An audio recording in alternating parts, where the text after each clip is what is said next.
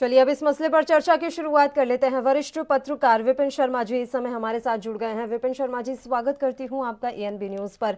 सवाल यह है कि पश्चिम बंगाल के चुनाव में आखिर चल क्या रहा है। कभी ईवीएम बीजेपी कार्यकर्ता, बीजेपी के नेता के घर गाड़ी में मिलती है, तो कभी ईवीएम टीएमसी के उम्मीदवार के घर में मिलती है। चल क्या रहा है? क्या वाकई में किसी तरह की धांधली हो रही है? और पश्चिम बंगाल का चुनाव तो वैसे ही हमेशा से देश में एक सेंटर ऑफ अट्रैक्शन रहा है, और इस बार जो कुछ चल रहा है वो तो देखने लायक है कि कितनी धांधली खुलेआम साफ तौर पर चल रही है।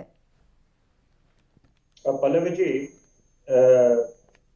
अगर ममता बनर्जी की बात करें, वो खेला होबे बोल रही हैं। और वो अलग बात है कि भाजपा के वरिष्ठ नेता बोलते हैं खेला शेष। लेकिन यहाँ पर जो असली खेल हो रहा है वो बड़ा विचित्र हो रहा है। विचित्र खेला होबे वो चल रहा है। और आप जनता के दृष्टिकोण से समझिए कि जनता के दृष्टिकोण से अगर हम बात करते हैं, जनता पे क्या संदेश जाएगा कि जिस तरह से ईवीएम की जो आपने अल्फाज अभी इस्तेमाल करे कि धांधलेबाजी, तो ये क्या हो रहा है यहाँ पर? तो ये क्या जनता क्या समझेगी कि जब वो बढ़ चढ़कर लोकतंत्र के महापर्व में अपनी भूमिका निभाते हैं, घरों से बाहर निकल के कोरोना काल में हम लोग जी रहे हैं, तो कोरोना पे जीत तो पा नहीं ली, ये दूसरे चरण का सेकेंड वेव चल रही है कोरोना की। यहाँ पर तो लोग जब आते हैं, लोग अपेक्षा करते हैं कि उनको ऐसी एक राजनीतिक दल मिलेगा जिसपे वो विश्वास भी उनके खरे विश्वास पे भी खरे उतरेंगे। ऐसे उम्मीदवार, ऐसे प्रत्याशी, ऐसे नेता बनते उभरेंगे कि जो उनके जो विकास के सपने हैं जो इतने सालों से अधूरे रह गए, उनको पूरा करेंगे। लेकिन यहाँ पर जो देखने को मिला है, पहले खूनी बवाल देखने को मिला कि बंगाल में जो इतनी पवित्र बंगाल की धरती है, जिन्होंने इतने महापुरुषों ने यहाँ पर अपना योगदान दिया है। आप रविंद्रनाथ टैगोर जी की बात करें, बंकिम चटर्जी की बात करें, नेताजी सुभाष चंद्र की बात करें, तो ये इतने महापुरुष, और उधर से अब एक बंगाल एक आम आदमी के दृष्टिकोण से समझिए। और यहाँ पर कहना बहुत आसान है, माँ माटी मानुष, लेकिन परवाह कौन कर रहा है? और यहाँ पर कितने लोग मौत के घाट उतार दिए गए। भाजपा ने वो आंकड़ा सार्वजनिक करा, बोला 130 से ज्यादा भाजपा के कार्यकर्ता मौत के घाट उतार दिए गए, ये जो पॉलिटिकल हिंसा। और उसके बाद हम लोग ये ईवीएम की ये एक आखिरी कसर रह गई थी देखने के लिए। तो ये बहुत दुखद है। ये देखिए अच्छा संदेश नहीं जाता, और अंतर्राष्ट्रीय पटल पे भी हमारे पूरे देश की, राज्य की छवि खराब होती है। यहाँ से नेताओं को इन सब चीजों पे ये एक कम से कम इस मामले में कि एक हम लोग चुनाव की प्रक्रिया जो है अच्छे तरीके से कराते हैं, ये एक संदेश जाना चाहिए पूरे विश्व में कि हम सबसे बड़ा प्रजातंत्र है पूरे विश्व में। तो यहाँ पर अगर ऐसी घटनाएं होती हैं कभी, चाहे बीजेपी के नेताओं के साथ या टीएमसी की, तो ये अच्छी बात नहीं है। इन सब चीजों की आवश्यकता नहीं थी। और यहाँ पर अगर अभी हुई है तो यहाँ पर उससे सुध लेते हुए एक कोशिश ये होनी चुनाव चाहिए आयोग कि की कम से कम निष्पक्षता पर लगातार सवाल खड़े होते रहे हैं सर। अब ये जो दो नए मामले सामने आए हैं, चाहे वो बीजेपी उम्मीदवार की गाड़ी में ईवीएम मिलना हो या टीएमसी नेता के घर पर ईवीएम मिलना हो, इसके बाद चुनाव आयोग पर सवाल क्यों ना खड़े हो, इसका एक कारण आप मुझे बता दीजिए सर।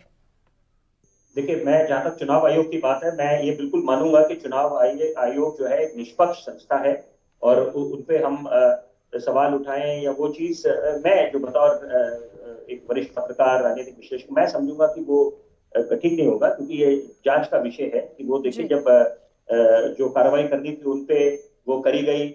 और लेकिन यहाँ पर अभी जब तक मामले की तह तक ना जाया जाए, तब तक किसी निष्कर्ष पे हम लोग निकल जाए, तो ये मुझे लगता है कि थोड़ी जल्दबाजी होगी। लेकिन बहरहाल मुद्दा गंभीर है कि यहाँ पर अगर कुछ ऐसे मामले उभर के आए हैं, उजागर हुए हैं, तो उस पर कार्रवाई भी होनी चाहिए। और उसके साथ साथ देखिए, ये चुनाव आयोग का भी दायित्व बढ़ जाता है कि उनको ये एक ऐसा संदेश देना है कि हम लोग बिल्कुल निष्पक्ष संस्था है, ताकि उनका भरोसा, पूरी देशवासियों का भरोसा उन पर बना रहे।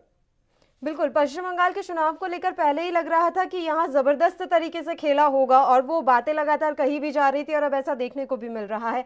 आने वाले समय में आप क्या देख रहे हैं सर? ऊपर नीचे कुछ ना कुछ होगा, क्योंकि जिस तरीके से एक के बाद एक कई बड़े ऐसे चेहरे जो टीएमसी का साथ छोड़कर बीजेपी में आ गए, वो भी किसी ना किसी कारणवश आए होंगे। ऐसा नहीं है कि अचानक से उनकी अंतरात्मा जाग गई और वो भारतीय जनता पार्टी में आ गए।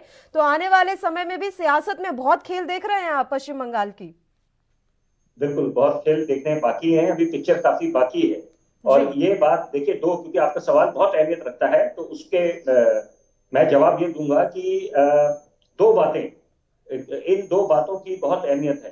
कि पहली बात कि जो भाजपा ने मुख्यमंत्री का चेहरा आगे लेके नहीं आए या घोषणा नहीं करी, तो उसका क्या खामियाजा या क्या कीमत चुकानी पड़े भाजपा को, जब नतीजे आएंगे 2 तारीख को, जब दूध का दूध पानी का पानी होगा, वो तो वक्त ही तय करेगा।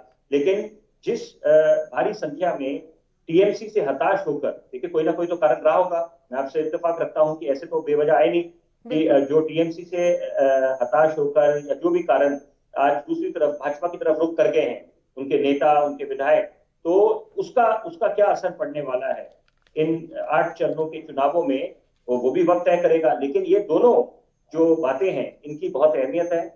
और साथ में हम लोग खेला होगा की बात करते हैं और आरोप प्रत्यारोप एक दूसरे तरफ से ये बड़े तीखे प्रहार भी चल रहे हैं। लेकिन यहाँ पर सवाल ये उठता है, एक आम आदमी की अगर हम नजरिए से बात करें, आम आदमी ये चाहता है कि कोई बात करे सोनार बांग्ला की, कि कैसे वो अच्छे दिन आएंगे जब लेकिन रोजगार बिल्कुल भी यहाँ पर सोनार मिलेगा। बांग्ला की या विकास की बात होने की जगह यहाँ तो सिर्फ खेल की बात हो रही है और खेल हो भी रहा है। फिलहाल आपका बहुत बहुत शुक्रिया अदा करना चाहूंगी सर, आप हमारे साथ